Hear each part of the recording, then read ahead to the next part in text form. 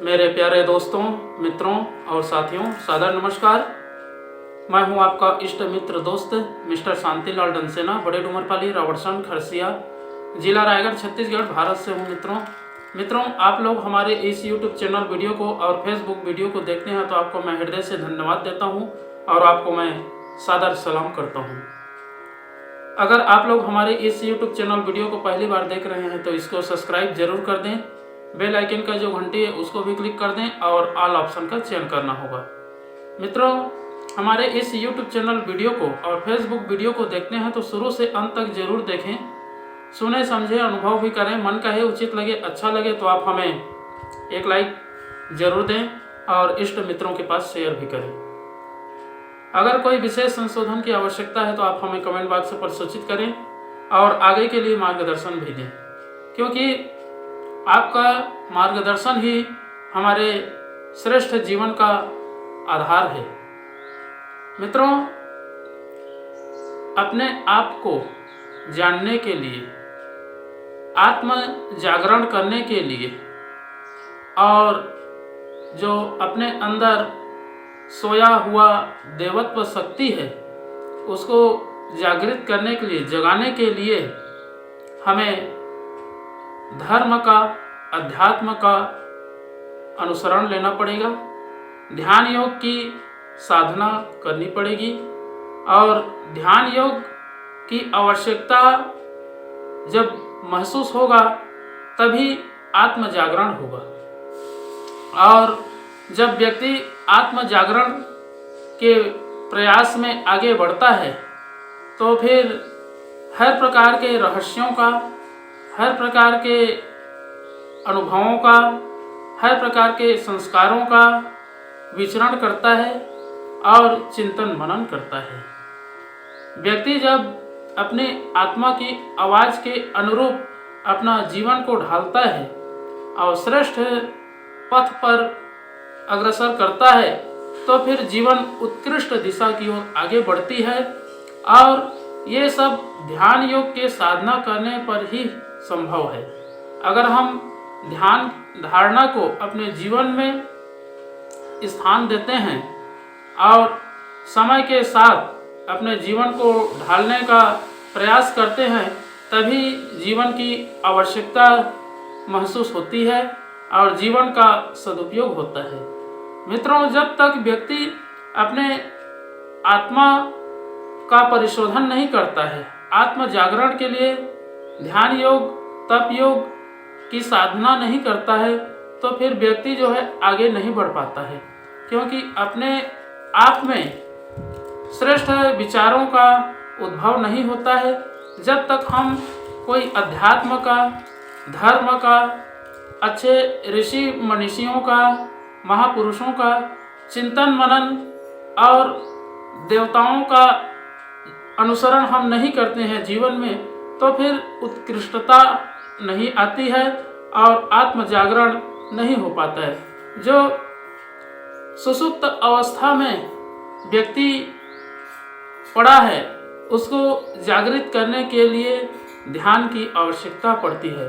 ध्यान से ही हम हर कार्य को अच्छे से, सुचारू रूप से परिणत करते हैं और जीवन को एक नई दिशा देते हैं। ध्यान साधना जीवन का एक महत्वपूर्ण अंग है। अगर हम इसको समझते हैं, जानते हैं, अनुभव करते हैं और ध्यान साधना को अपने जीवन का एक अविच्छिन्न अंग मान करके, बना करके चलते हैं तो फिर आत्म जागरण अवश्य होगी। आत्म जागरण जब हो जाती है तो व्यक्ति अंदर बाहर से पवित्र हो जाता है और अपने आत्मा के बताए हुए मार्ग पर चल करके व्यक्ति जो है महामानव से श्रेष्ठ मानव बन जाता है, देव मानव बन जाता है। तो मित्रों, अगर हम जब तक सुसुप्त अवस्था में रहेंगे तो फिर जीवन की अधिकांश भाग को ऐसे ही कोलाहल में, अनर्गल कार्यों में, जो करने योग्य कार्य नहीं है, ऐसे तथ्यों में नष्ट कर देते हैं जिससे जीवन का परिचायक नहीं मिल पाती है। अगर हम अपने आप को श्रेष्ठ बनाना है और श्रेष्ठ मार्ग पर हमें चलने का प्रयास करना है तो फिर आत्मा जागरण करना होगा, आत्मा के आवाज़ों का अनुसरण करना होगा। ध्यान योग से ही संभव है। अगर हम अपने विचारों को, रहस्यों को, तथ्यों को और जीवन को, समय को सदुपयोग करने का प्रयास करते हैं या सदुपयोग करना चाहते हैं तो फिर ध्यान योग का शरण में जाना पड़ेगा, उसका अनुसरण लेना पड़ेगा। मित्रों, जब तक हम अपने आप को परिपूर्ण रूप से स्वतंत्र नहीं बनाते हैं, भगवान के लिए अपने जीवन को समर्पित नहीं करते हैं, तो फिर आत्म जागरण नहीं होती है। और ये सब कर्म से, विचार से, भाव से, ध्यान से होता है।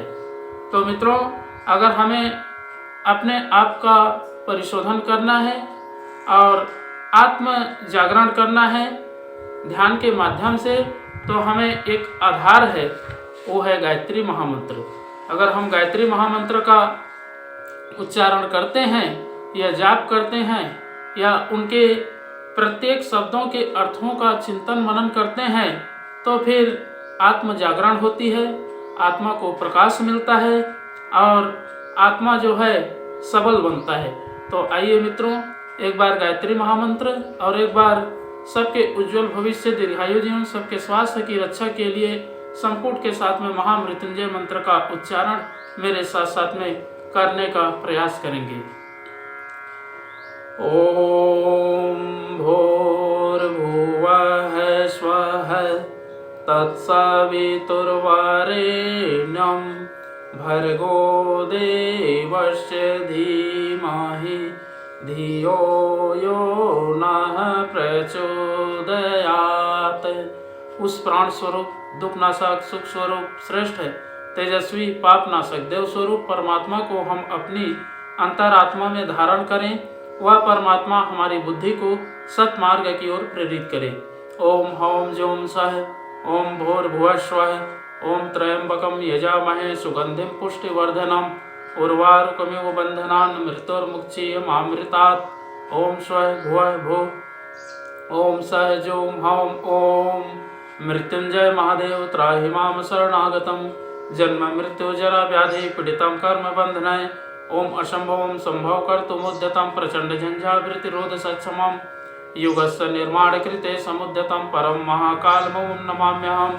ओम अस्तो मा सद्गमय तमसो मा ज्योतिर्गमय मृत्युर्मामृतं गमय।